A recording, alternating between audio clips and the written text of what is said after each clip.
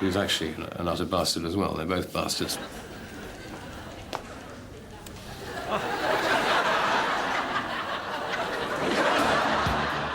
In 1989, after the consideration of a long list of vegetables, the funny little wibbly man was given the name of Mr. Bean. Quite unexpectedly, this unfashionably silent comedy was an immediate hit. One of the secrets of the Bean visual humour is the careful and highly detailed preparation that goes into filming. I'm not at all sure that I enjoy acting, because I just find it so worrying and difficult. I enjoy planning things, I enjoy thinking about things and, you know, contributing to the creation of things. The window down or a head emerging if you wanted a nice entrance for yourself, trying to get out of the train. Almost without seeing the window come down, just the sense of the grappling hand and the hand coming out, you know, where's the knob? Each and every Bean moment is meticulously choreographed. I don't know. I suppose I'd seen that he arrives in this shot already sort of faltering, you know what I mean? Though we just get the sense, or at least not necessarily that he's acknowledged his loss of ticket in the opening shot, but he could be looking for it. And I'm still fairly confident. Yeah. And then when we pick him up profile, that he's sort of starting to falter, and there's a little bit more of the whole. Yeah. Oh, bloody hell, I haven't got anything. If this angle works best, that's lovely. The change of direction, if you see what I mean. I'm always aware that of any 10 suggestions I might come up with, 3 or 4 or 5, maybe along the same lines that he's thinking. But I'm always unnerved by the fact that on almost all the other occasions, he's so far ahead that I then have to choose between, you know, open-mouthed admiration or a very quick recovery, where I say, yes, I felt something similar would probably do very well, and then scuttle off and try and get to the cameraman before he does. This bag could do with being 6 inches longer. 6 inches longer? Yeah, I think so. How fast can you go? So one corner of the bag would go through and get stuck, and then and then he'd come back and then think, well, there's only one way out, and that is to go over the top.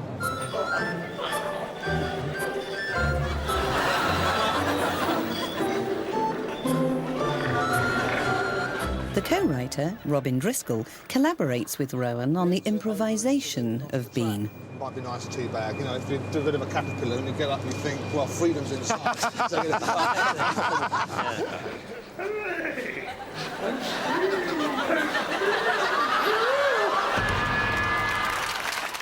One of the reasons why Mr. Bean has gone on is because actually the process of creating him is quite a lot of fun. You think of a basic situation, just as you're walking around, you're in a barber shop, and you think, yes, this is a place where people don't talk to each other. I could do a Mr. Bean thing here.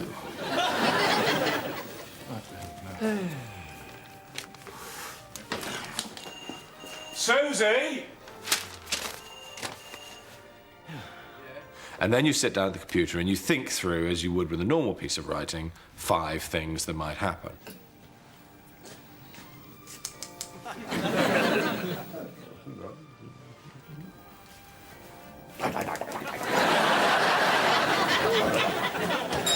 Sorry, look, can I just leave Jamie here with you for a moment? I mean, I've left my purse in the shop back there. But just give him a good haircut, will you? Be good, Jamie. Sorry to stop, but I have a feeling that if this happened, that Bean would, or at least some, you know, normal people would say, hang on a minute, he'll be back in a second and I'm first. You know what I mean? But they'd be, because in the end, the real barber's only 10 yards that way. So he would, I'm not sure he would immediately presume to take on the role of the barber unless he had an extra kick. I mean, maybe actually Jamie says something like, come on. Would Jamie take his own cap off and look at Bean so that we see you? Yeah, like that expectant thing. Yeah. And there's a kind of moment between the two of you. Yes. Yes, that might be quite good.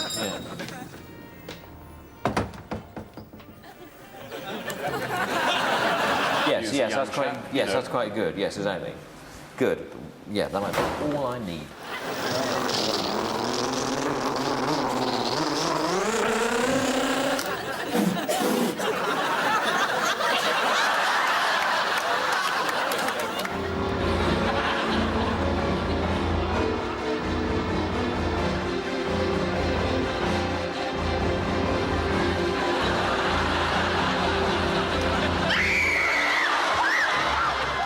I like Mr. Bean mainly because he's got a bit of a rubber face.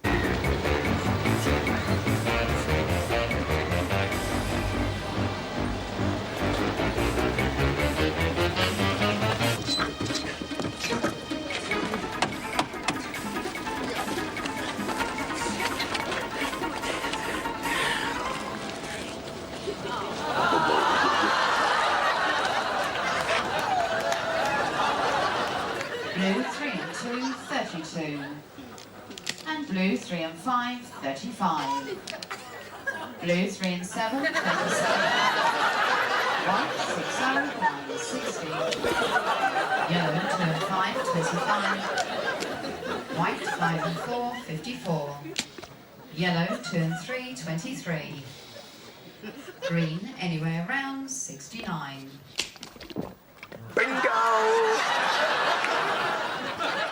He puts peas, mushy peas up the turkey's bum, and then he puts it up with the hand he's got his watch on, and when it comes out you realise he's not wearing his watch.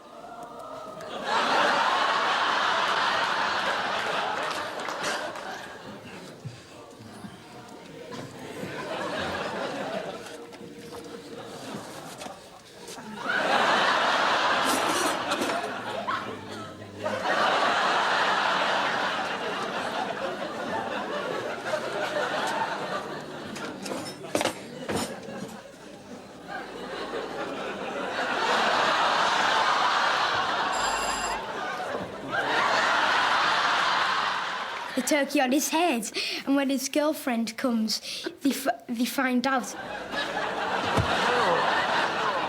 Are you all right in there? Yeah, it's fine, thank you. I reckon he's a bit homeless. Good evening, call it Bean-O-Mania. 1 hour 10, yes, Mr. Bean. O como una alubia y se llama eso, Mr. Bean. Nous verrons bientôt sur France 3 Mr. Bean. Ladies and gentlemen, please welcome Mr. Bean. Uninhibited by a language barrier, Mr. Bean has become a truly global success and is now watched in over 100 countries around the world. The character was always meant to be international. The inspiration came to Rowan while on holiday in Italy. I just remember strolling through Venice and seeing all these souvenir stores selling posters of George Michael and Phil Collins and Duran Duran, I think, at the time, and thinking, well, there you go, you know, Englishmen all, but hordes of Norwegians are very keen to buy posters of them. Why does comedy not have an international dimension? And with Mr. Bean, Rowan has undoubtedly discovered that international dimension. I've never been to Canada before, and it's absolutely splendid. Bean is not quite into sex, drugs and rock and roll, but the Bean videos have sold in record-breaking quantities, and Rowan is now as well paid as a major rock star. All this on the back of only 14 Mr. Bean half-hour episodes.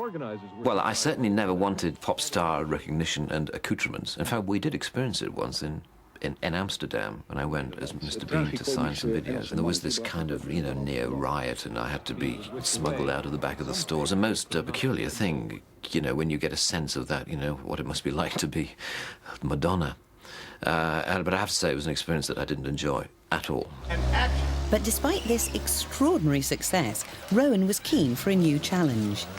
Bean the movie offered a whole new set of possibilities, and in 1996 it went into production. Reset. The Grierson Gallery of California needs a representative of our great gallery. They're looking for a scholar of the very highest standing. I have therefore decided to recommend for the post and the 3 months sabbatical that goes with it, that splendid employee, Mr. Bean. All those in favor? Yes. Excellent. Carried. Our loss is America's gain. Ludicrously nominated by the National Gallery as their representative, the funny little wibbly man finally arrives in America.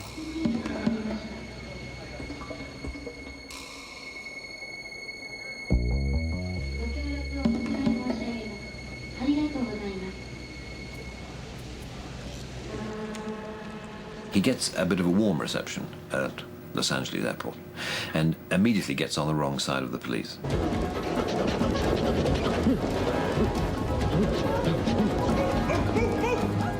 Police! Everyone on the floor, now! Not you, sweetie.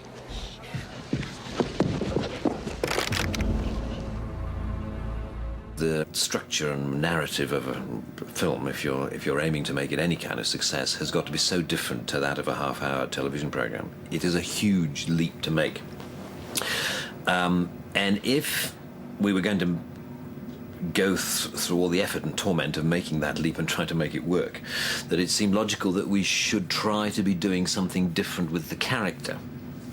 Which goes back again to this idea of trying to explore more facets of the character than we had been able to do on television. Just because it's a film, we mustn't allow ourselves not to put in straight, funny visual sequences. And so we've had about 8 days of rehearsal where we go into a rehearsal room and the three of us just fool around with basic ideas. Mr. Bean on the plane, Mr. Bean with a pair of wet trousers, Mr. Bean in bed, you know, and stuff like that. And a lot of the funniest things, indeed, in the final movie, what I suspect come from those genuinely amusing occasions, rather than sitting alone in one's room typing speeches for people. Well done, you go. That's fantastic. Lean away from him.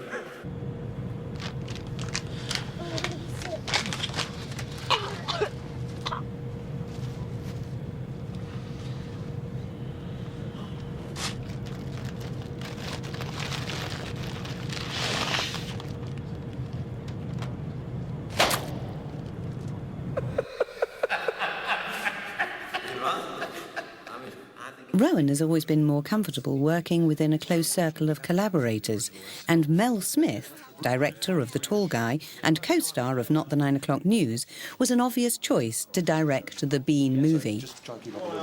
In the TV programmes, there are no real consequences to what he does. I mean, there are consequences in the short term, within the 10-minute sketch or whatever it may be, to the people who are in the vicinity. The interesting thing about doing a film is that there are real consequences in our story. And what he does actually impacts on other people. Are you feeling lucky, punk? Here? In our house? For 2 months? Oh, David, what, suddenly there's no hotels in Los Angeles? Okay, there's no need to get excited here. I just thought, you know, this is the Royal National Gallery of England's top man. I thought it'd be very exciting to have around, to learn from and talk to. And So do we know anything about our new best friend? No, I think they might have mentioned it if he was a notorious serial killer. He's a genius, huh? That's what they tell me. Well, it looks like a fruitcake to me.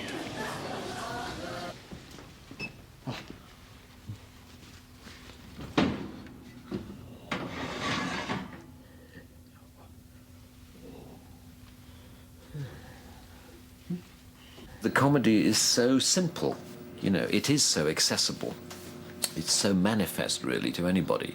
Some people who prefer a bit more intellectual content are probably disappointed by most Mr. Bean sketches and may therefore be disappointed by the film. But that doesn't worry me so much. I enjoy the simplicity of him and his comedy, and the sort of universal identification, I think, that people throughout the world seem to feel for the character.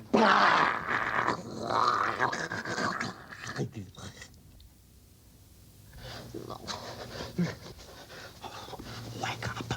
Wake up.